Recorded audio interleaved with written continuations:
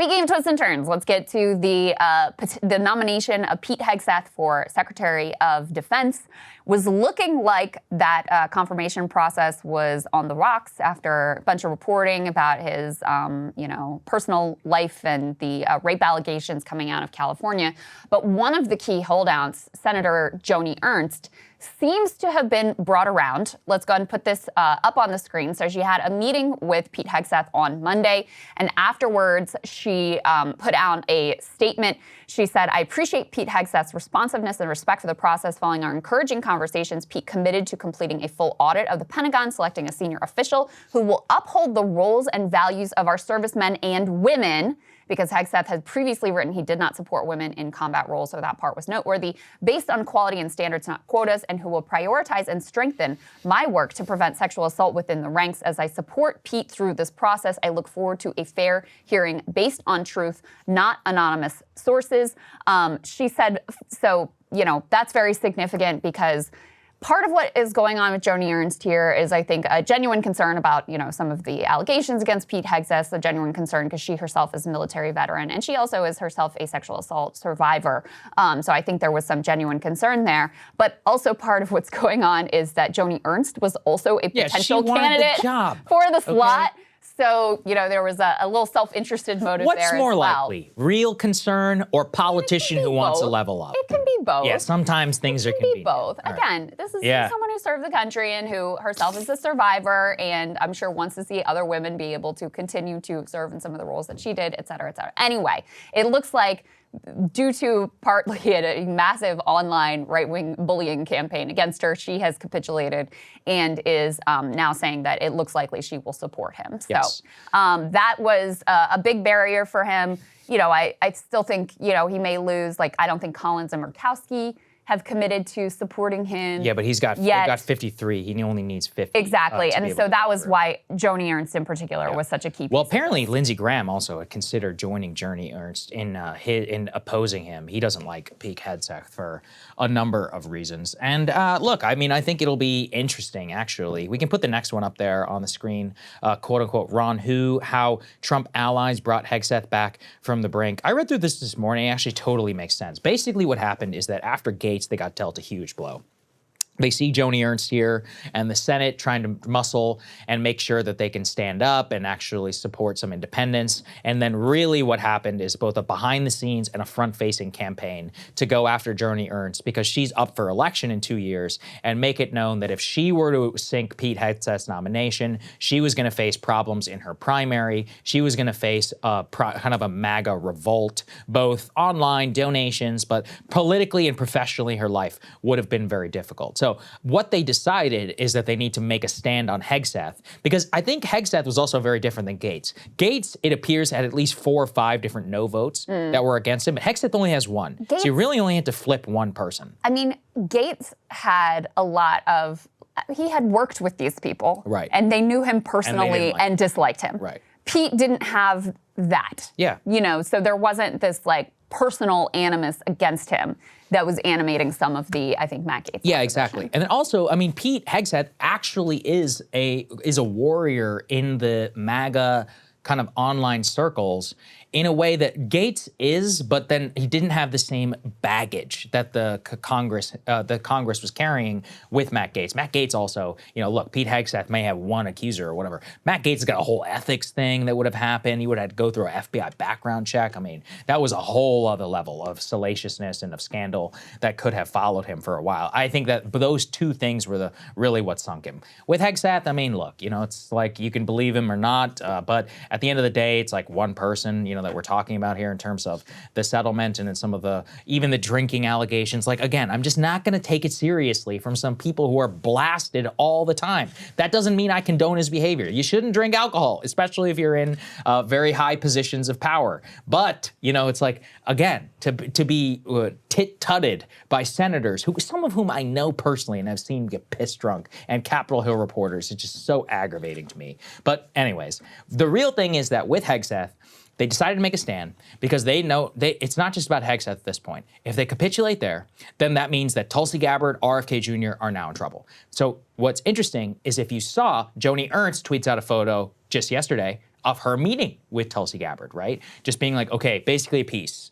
with the process. Another one was Kash Patel, because they were a little bit worried about him because of the people on the Judiciary Committee, people like John Cornyn and others who were on the fence about what exactly was going to happen. So I feel like relatively confident. I'll give him a 65, 70% shot that he'll probably eventually get confirmation. Something else could come out. It's certainly possible. But at this point, they decided to make a stand. And so it does look like Pete Hegseth has a decent enough chance to become the next Secretary of Defense. So I think it's been fair to report on all the personal stuff, especially in the sensitive role. You worry about blackmail, you worry about what else could come out, et cetera. So I'm not saying that that's illegitimate, but Michael Tracy's been making a very good point about this, which is all this focus on his drinking and his love life and all these things has either distracted or just the media is not really that interested in what his actual ideology is.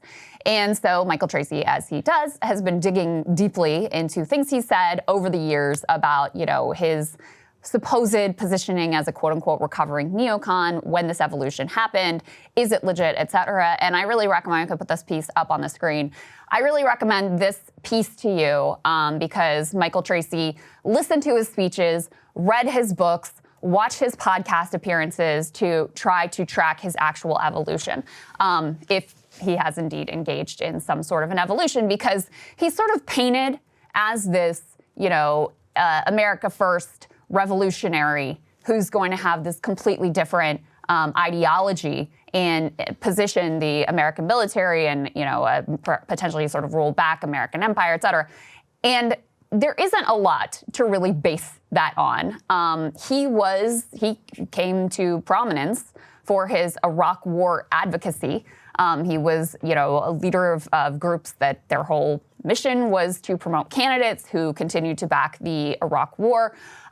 He, in the Ukraine war, continued to support this, his position was Joe Biden was not being hawkish enough vis-a-vis Ukraine. Now, again, these are positions that he's switched on. But I also think it's important, as you said before, Saagar, okay, after the fact, after consensus congeals and it's safe, it's one thing to oppose the wars. It's another thing to have opposed these wars when it was difficult and when it was unpopular and when it perhaps went against the grain of your party and your peers. There's no record of that with Pete Hegseth. The other thing is, even with regard to Iraq, it's hard to pin down when he actually decided that he was against the Iraq war. And judging by the public record, his conversion on the issue came after people like Jeb Bush, Hillary Clinton, certainly, even John McCain, who, at the end of his life decided this didn't really go all that well. Apparently, according to Tracy, Hegseth, in a podcast appearance last month with Sean Ryan, was asked, should we have been in Iraq? At that point, he replied, I was a huge proponent of it at the time, but in retrospect, absolutely not. I've been a recovering neocon for 6 years now. So if you do the math from 2024 to 6 years prior, that would be roughly 2018, being generous, that he had this final evolution with regard to the Iraq war. So all of that is to say, just in terms of the ideology, he has kind of the vibes and the brand as some sort of revolutionary and is going to have this very different approach. And I think there's a lot of reason for skepticism about that when he has taken the neocon position, even up to and including the Ukraine war. Yeah, look, I like Pete Hegseth. I think he's an ideological warrior. I think the case for Hegseth is kind of the way that you would look at any opportunistic politician who wants to be on the right side of an issue. He may not necessarily get there originally, and he may do what is quote unquote in vogue at the time, but if it's the popular consensus, he will be there. And because of his television presenting skills, he's actually very skilled at being able to switch positions and making not seem all that incongruent. I don't think he has a real ideology on national defense. And look, I'm trying to be kind here, but the truth is the guy seems to be a bit of a follower, right? On Iraq, Fair. On Ukraine, on everything, kind of gets dragged to where the base is and all that. It doesn't seem to have any hardcore convictions. The only real hardcore convictions he has are a general orientation that the Pentagon and the War Department itself no longer fight wars in a way that we are able to win. I'm fine with that. As long as that is your orientation, we can get you to the right place. Just listen to some of the good folks. J.D. Vance is very supportive of him, at least in terms of some of the discussions that they have had. So if Pete Hegseth does become the SecDef, I think there are a couple things that we're going to see. One is he will not be, quote unquote, pushing his own agenda. That's very different than what I think Marco Rubio is going to do or a Mike Waltz are going to do. These are these are ideological neocons who have really not changed a lot of their position and who will take orders from Donald Trump, but a lot of the other stuff in the interagency process, that is going to be very much at their discretion. Under a Pete Hegseth, I don't think that that's the case. I think that will be very much like he's going to do whatever he's told to do. I'm fine with that. The other thing that I think Pete Hegseth will go after, which I support, again, is the entire military bureaucracy, which he has long been at war with, specifically the 3- and 4-star general class, who are basically just HR bureaucrats now at this point. It relates and has overlap with DEI, but it's still very important for people to understand because it's way bigger than that. We're talking about basically an elevation of Lloyd Austin is the prototypical person who rises in the United States military at this point. This person was a CENTCOM commander under the Syrian rebels program and admitted a complete failure and the funding of Al-Qaeda. He is then given the job, because he's black basically, to become the Secretary of Defense by Joe Biden, and then does nothing for 4 years. Has America been very successful militarily? Has the Pentagon become more ready for war under his leadership? Absolutely not. You know, if anything, you actually see a lot of morale figures in the military. Recruitment is way down. A lot of the reasons are because of obesity, but a lot of the people don't want to join anymore. You have a crisis of patriotism, a crisis of recruitment. Morale, apparently amongst the rank and file, is terrible, has been for 4 years. A lot of that had to do with COVID. I think Pete will be the most popular SecDef with rank and file members in like a generation. It's been years since you had anybody who, maybe Mattis initially, but of course later on turned a little bit against Trump. I think he will be truly beloved by a lot of the rank and file, and this is somebody who actually did fight. So it is interesting to watch people, and I saw an article about this, I think it was in the Journal. It was called like the disgruntled veterans, and it's people like JD, Tulsi Gabbard, and Pete Hegseth who have what the key is that all of them fought at a lower level whenever they were, basically entry in the military and formed a general orientation. Neocon and all this other stuff is the wrong way. Well, the way I would say it is feeling failed by your leaders. And that's why I think if you look at Pete's past, one of the reasons that Donald Trump wanted to pick him as the VA secretary was, again, because of his popularity with the rank and file. But don't forget this, he went to war for people like Eddie Gallagher and a few others who were accused and convicted of war crimes under the UCMJ, and basically got Donald Trump to issue them a pardon. And he's been somebody with the Concerned Veterans of America who has pushed a lot of action about PTSD and others for people who have been deeply affected by their service. So to me, it's kind of like Luigi Mangione. Because I guess swim in these circles, his political orientation makes total sense to me. But for Tracy and others, even like yourselves, look, you should be skeptical. I mean, look, I think it's fair to say Pete is very pro-Israel in like a spiritual way. Like he got one of his tattoos in Jerusalem. He's like close to Huckabee in terms of his Israel views. Yeah, that's the way I would put it. Not only, I mean, this is not a dove, right? And sometimes this gets confused. And Tracy also argues, I agree with him, like the term neocon has just become completely meaningless, because I do think by any like reasonable definition of the term, Pete Hegseth would meet the definition. He is very hawkish. He wants the military to, he is not rolling back American power. There's no like instinct towards isolationism that exists or has ever been demonstrated to exist within him. So yeah, is he like, he's the type that will go on Fox News and talk about like, oh, the military's too woke and we got to get rid of these DEI programs and whatever. And I'm sure he will probably do some of that. And I'm sure that cultural conservatives will be happy with those efforts. But if you're expecting him to, roll back our engagement in the Middle East or not get us entangled in new wars in Asia or, vis-a-vis China and Taiwan, this is not the person to pin those hopes on. Maybe. I think, again, I think the best case for Pete is he's just not all that ideological and he's just going to do whatever he needs to do, which I really think that. I don't know the guy. Yeah. But I will say that his whole career coming to prominence is like the thing that he fought most aggressively for the largest part of his career was the Iraq War. Definitely, and but he staying in turned the against Iraq it, right? War. And his analysis of that as recently as 2016 was like similar to the sort of like Vietnam dead enders of, oh, we could have won that war if it hadn't been for the leadership class holding us back, blah, blah, blah. So that is, you know, now he says he's opposed to it. Again, coming to that position later than people like Jeb Bush.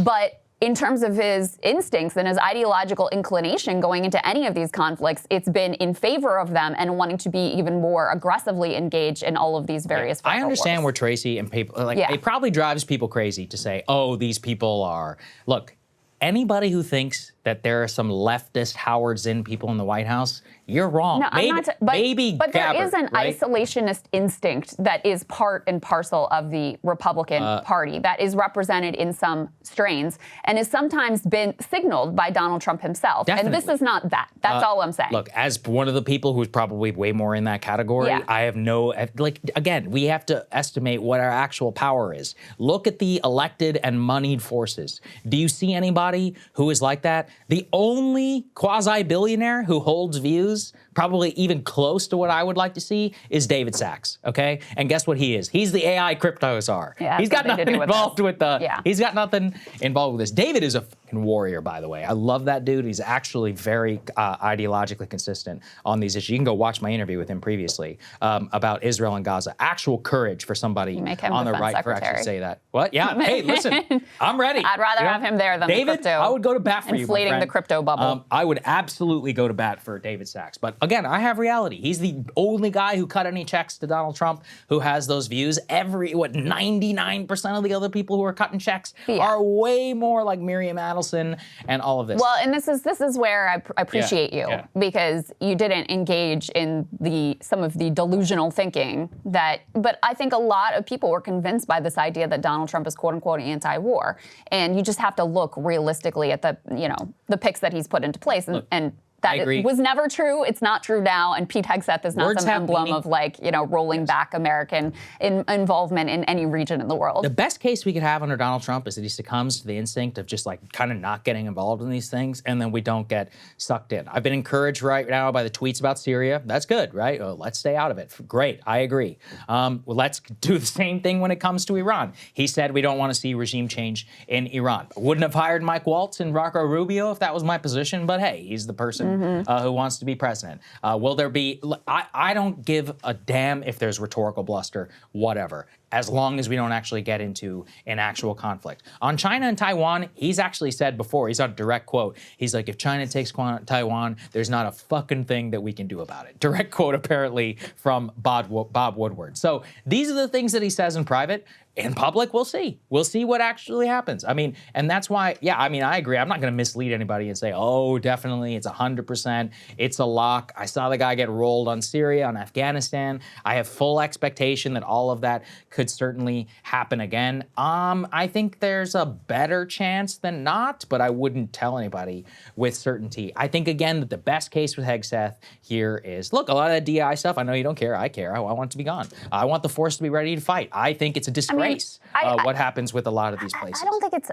it's not that I don't care, it's just that I don't think it's that important. And I think it's used as like, a lot of times, like the CFPB example is a good one with Mark Andreessen going out and cloaking what is like this, pro-oligarch agenda, basically, in cultural conservatism.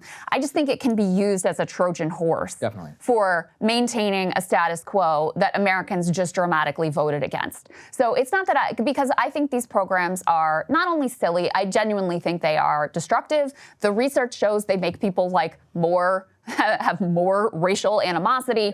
They have, fattened the wallets of a bunch of dishonest, like racist grifters, basically. So I do feel strongly about them. The reason that I roll my eyes when I hear people like Hegseth or Mark Andreessen or whatever using wokeness as a crutch on everything, I do feel like it can be used as sort of like a Trojan horse to smuggle in lots of agenda items that are at times antithetical to what Trump has claimed to be about, and certainly antithetical to what people thought they were getting when they voted for him. Yeah, that's what I would say. Fair enough. Yeah. And again, you know, with him, what I would like to see and what I think he is going to do is actually purge a lot of these HR bureaucrats from this place and actually restore it. And I mean, we have a morale crisis already. I mean, if you guys don't want to have a draft, if we ever get into a major war, then we're going to need to up recruitment. And right now, it's a disaster. Yeah. Well, part of that is like, I mean, who wants to sign up for some of the, you know, like, it's not like a lot of people don't feel like the Ukraine conflict or certainly what's being done in Gaza are like things that they feel proud to be involved with. Look, not to mention Iraq and Yeah. Afghanistan at this point. It's like, you know. I'm with you. Yeah. Right? 100%. Same in terms of procurement and a lot of these the way that we run, you know, Lockheed and all this other, it is a nightmare. Yeah. That's one of the things. So disgusting. Look, if we could figure some of that out, I would be very happy. And the less people who are involved in the managerial class over at the Pentagon, the better off that we are. I've been reading a lot about the Pacific War these days, and oh my God. I mean, when you read about the country that we used to be and the country we are today, it's sickening. It's sickening what has happened here. So, and at the very least, I do think that Pete Hegseth has some of those instincts. And so I am happy that he's going to get confirmed. Definitely happier than having Ron DeSantis in there, I can tell you that. Hey, if you like that video, hit the like button or leave a comment below. It really helps get the show to more people. And if you'd like to get the full show ad-free and in your inbox every morning, you can sign up at breakingpoints.com. That's right. Get the full show, help support the future of independent media at breakingpoints.com.